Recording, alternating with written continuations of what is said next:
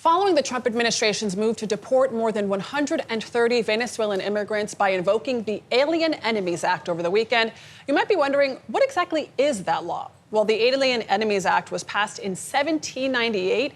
It says if the U.S. is either at war with or facing an invasion from a foreign nation or government, then the president can remove non-U.S. citizens affiliated with the, quote, hostile country in question. The act has been used just 3 times in U.S. history, during the War of 1812, World War I, and World War II.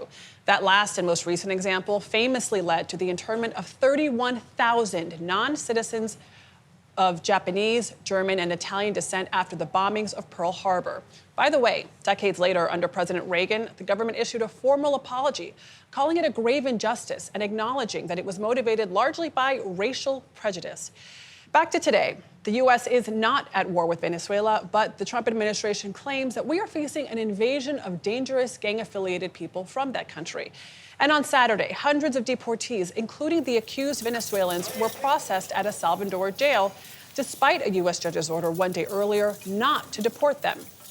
It all raises questions over whether President Trump has the authority to use the Alien Enemies Act in this way.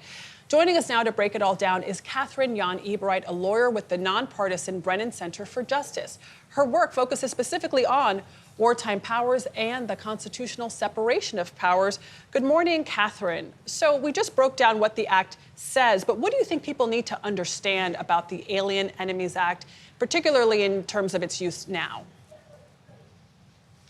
Yeah, thanks for having me. I think there are 2 things that are really critical to take away from this. First is this is a wartime authority only. The term invasion, the term predatory incursion, that language that the Trump administration is trying to use, it refers to armed attacks, not metaphorical, quote-unquote, invasions, not migration, not even narcotics trafficking. That's not to downplay the seriousness of crime, but it is to say that a wartime authority cannot be used for peacetime immigration enforcement.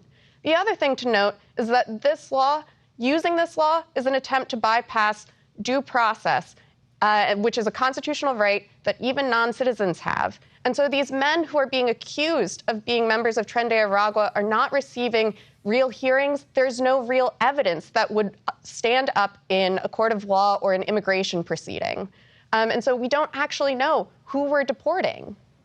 So there's limited precedent here. It's just been invoked 3 times in the past. But talk to us about how past uses of the Alien Enemies Act, especially during World War II, what that says about its use today. Yeah, so the only time that this law has ever been used in response to a quote-unquote invasion or predatory incursion was in response to the attack on Pearl Harbor. The War of 1812, World War I, that was in response to Congress's declaration of war. And migration, narcotics trafficking look very different from an armed attack with armed aircraft, armed submarines on a U.S. naval base and other Pacific holdings. And so that's to say that this is not the kind of invasion that we saw in Pearl Harbor. And also, of course, as you just said, the internment of 31,000 non-citizens without due process and based principally on their ancestry was a shameful moment in American history. And so reviving the Alien Enemies Act to target new ethnic groups today is frankly un-American, and it shows that we haven't learned from the mistakes of our past. Catherine, the concept of war as declared by Congress is clear to me, but I know the Biden administration declared this gang a transnational criminal organization, and then the Trump administration escalated that to call them a designated terror organization. Does that give them leeway within the law to fight with more aggressive means, given how difficult it is otherwise to identify gang members? What the Foreign Terrorist Organization designation does with respect to Tren de Aragua is it actually unlocks power under peacetime immigration law to target that gang. That peacetime immigration law that is unlocked through the Foreign Terrorist Organization designation complements other parts of immigration law that would allow this administration to go after individuals who have perpetrated serious crimes and are convicted on those crimes with due process. And so the Foreign Terrorist Organization designation is not about war powers. It is not about invoking a war authority from 1798. It is about immigration law. And so the idea that you can use this designation to then abuse a wartime authority or invoke it has no basis in the law. Well, let's talk about checks and balances. The Trump administration seemingly defied a court order not to deport these people. They have a different argument saying that, the timing was off and that, there wasn't jurisdiction where the deportees were. What does this say about checks and balances in our system? I think it is a real strain on the checks and balances on our system. The courts are supposed to be able to rein the president in or rein the Congress in when they do things that are not consistent with the law as it's written or with the Constitution. And the court very clearly said that any individual who is in custody, who is subject to the Alien Enemies Act proclamation of the president, cannot be deported. And that the flights, if there were flights underway, had to be turned around. And so this was defiance of a court order. It is concerning, and it is a strain for our democratic system with those checks and balances. But I think the real question is, what does the noncompliance or compliance with the judge's order look like moving forward?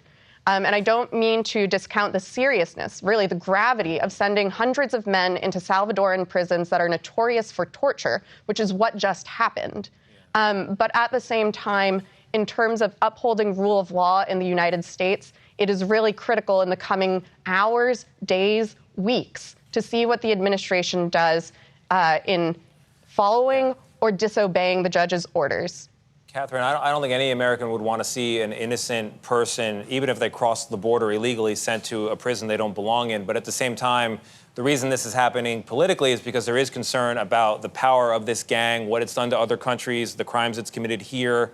The NYPD chief of detective was quoted in saying it's tough to identify them here in New York because they trade immigration paperwork and, they're not admitting what they belong to. So within the law, what can this government do to take care of the very real threat of violence without trampling on the civil liberties that you're concerned about?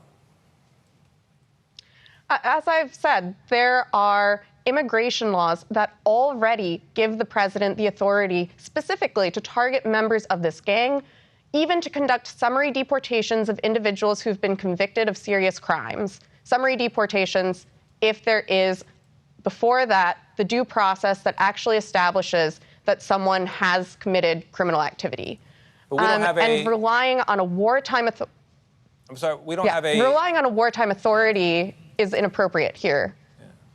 I don't want it to be a situation where they have to commit a crime here first before, why should an American suffer a violent crime before the investigation can happen and they can be removed? It's a catch-22. Yeah, but people have to commit crimes in order to be... I don't think it...